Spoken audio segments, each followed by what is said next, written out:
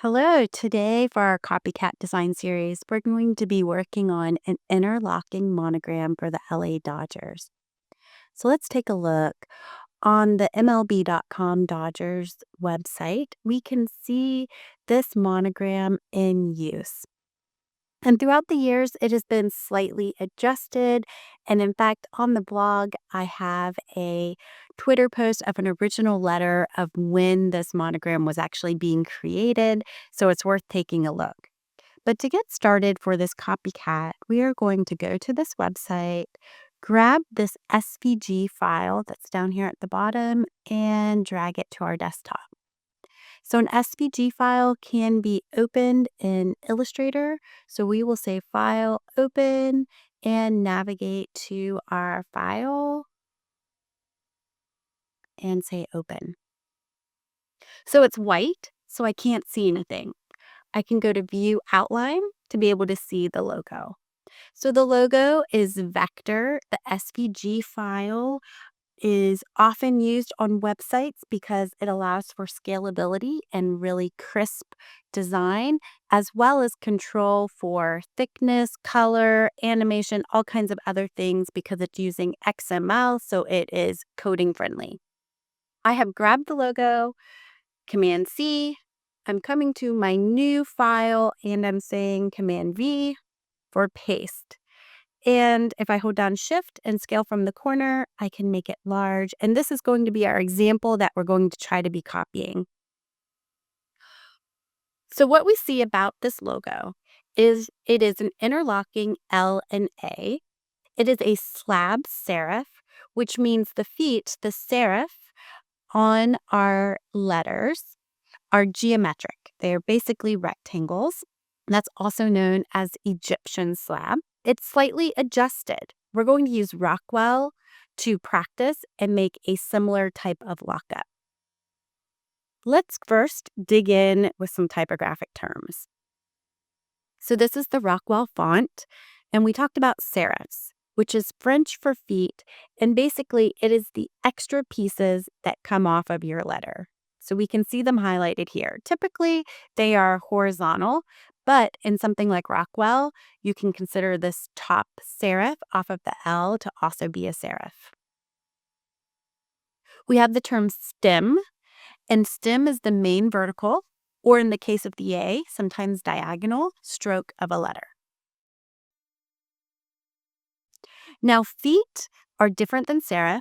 Feet is talking about the baseline of where your letters are, and it is part of the letter stroke that rests on that baseline. So the baseline is if I pull a ruler, this is the baseline. Apex, that's the point of where two strokes meet. So we see that in A's and M's. Crossbar, that's the horizontal stroke that connects two sides of a letter. And here's a nice drawing of our baseline that I showed with the ruler. And then we have a cap height line, and that's for the capital letter. All right, so those are some terms that apply to the work that we are doing today together with LA. I'm going to open my layers panel, find this grouping, which when I select it on my artboard, I can then look in my layers, and where I have this blue rectangle that indicates the selected art, I can lock it. That way I don't move this around by accident. I'm going to use my type tool. And for this, I'm going to use a line of text. So that's a single click. And I'll hold down Shift and do an L and an A. Go back to my selection arrow, which is black. Shift click from the corner and make it larger. Next, we're going to set the font to Rockwell. You can do that if it's not already default on your computer. You can go to Find More, type in Rockwell. We're going to use the font Rockwell Nova Regular.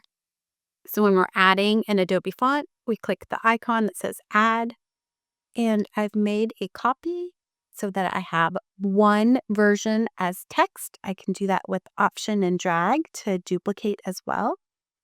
So one version, I am going to take the type and say Type, create outlines. Now I can see that I have anchor points. And if I switch to my white arrow, I can actually manipulate this shape. And that is different than when I select the L and the A up here. The baseline is highlighted. There are no anchor points. This is still text. I could double click into this and change or add another letter. Down here, once it's created outlines, it is no longer text. I cannot change the letter, and it is just a shape. We're going to say Object Ungroup so that we can click off and move the L differently than the A. All right, so I am going to scale my L. So I shift click on my keyboard and use the corner to kind of line it up as much as I can. And then I have my A here, and I'm going to move them over to the edge. So what we can notice here is our crossbar of the A is combined with the foot of the L, right? So this becomes one. And they are the same height. So if we look here, we can see the A isn't quite the same height in there, but we kind of want to line it up some, maybe in the center. And we realize that the foot of the L needs to move over to the right. So how we're going to do that is move the A out of the way. We are going to use our white arrow and drag over this point, this point, this point, and this point. So we have 4 points that we can tell are active now because they are filled blue, and the other points, which are not active, are still filled white. With them selected, I can click my right arrow on my keyboard and start moving those 4 points as a unit to the right. So this is how we are stretching the foot of this L to make room for the A. All right, so I can do it that way. I can also hold down Shift on my keyboard and drag if I click anchor, shift click, anchor, shift click, anchor, shift click, anchor, and then grab on the edge. I can pull it, and my shift is keeping me in line horizontally. So I let go with my mouse first and then my keyboard. All right, we're going to make this a different color so we can see what we're doing. And now we have the A. So we're going to try to center the A, and if we compare across, we can see there's a little bit of space here and a little bit more space here, right? All right, so we can just kind of eyeball it here, and I can come back, shift, shift, shift, shift, and grab my corner. Sometimes it's difficult to get it. We'll try again. I grab the stroke on the edge, holding shift, and bring it in some. I can also use my keyboard. That looks pretty good, right? We've pretty much copied what's happening there. Now, the next thing that we notice is, of course, this font has a little bit different serif widths. These are in a bit more. Let's say I want to bring in just those two. I could select them and say 1, 2, 3, 4, 5, 6, 7. I could do the same here. Just grab those two. I'm doing left arrow 1, 2, 3, 4, 5, 6, 7. So we can make fine adjustments like that. Perhaps it's the thickness that we would want of this serif. We could do that by selecting 1, 2. And then using my keyboard, 1, 2, 3, 4, 5, 6, 7. We can see it's a little bit shorter. So I grab those top 2 points. I could then click on the stroke edge, bring them down some. So we can make adjustments as you would want when you're doing your own CopyCat designs. But the next thing we can see that is important that we need to remove is that this left serif and this right serif are not there. So the next thing we're going to do is use a line tool. And when we use line, we have to have a stroke. So I'm going to rotate so that my stroke is yellow. And I can click and then drag the direction that I want. And if I zoom in, what's important here is that I don't want my stroke to accidentally take a hook out of that stem. So I really want it to be aligned on the outside. So if you have one stroke aligned the way you want, you can go to Object, Transform, Reflect. It's selected so I can see it's reflecting. I have a vertical reflection and I click Copy and it will make a second one for me. Now I can grab that line and make sure it is aligned as well. All right, so with those two there, I'm going to select my A, that's a shape, my line, and my line. Go to Pathfinder, Window Pathfinder, and say Divide. So when I click Divide, it separates wherever that line is. So now I can click off, go to my white arrow, and I can click on the color, so in the middle to select it, and delete, and delete.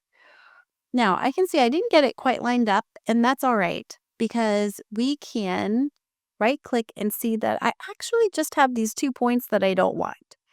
So if I go into the pen tool where it has the negative, and I click on an anchor, it will delete it. So I can go ahead and just delete those extras. All right, so now this is pretty much what the LA logo looks like. So we know that with the logo, we want it to be one shape that moves united and we can color with one fill. So the next step is to shift click both of the parts of the logo, do Shape Mode Unite. Oh, look what has happened. It filled in the A. So that is a common issue. We're going to undo, and I'm going to go back to preview. If that happens when you're working on any letters that you're combining, you can simply select just the letter and the two letters and now say Unite. And it will no longer fill in that counterform. So the difference was when I dragged across and I grabbed everything, I was grabbing that counterform too and saying United it. So instead, you want to use your white direct select, just the black of the A, just the yellow, and now say Unite. And you can see you do not get the counterform. Once it's united, we can rotate through any color that we would want, and it changes and it still has a transparent background. We can move it around.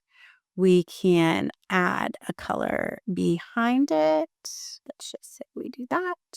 Object arrange, send to back. And that is the idea. Oh, now what you can see is I still have that counterform that's kind of hidden in there. So we want to go to View Outline. And if you have counterforms that divide makes an extra shape, you want to come in and clean it up. You don't want your logos to have extra random shapes. So I can come in with my white arrow, select the triangle, delete until nothing else is highlighted. All right, now I truly have just the outline, and I can go back to View Preview. So those are your tips. I hope this is helpful as you start to think about how you can use interlocking design technique for your monograms and logo types. Thanks for watching this CopyCat video. I'd love to hear from you. Drop a comment about what you liked, what I can improve, or what topics you'd like me to cover next. Or, if you'd rather, take a moment to reflect and share the simple thought. What brought you joy today? Until next time, have a great day and happy designing.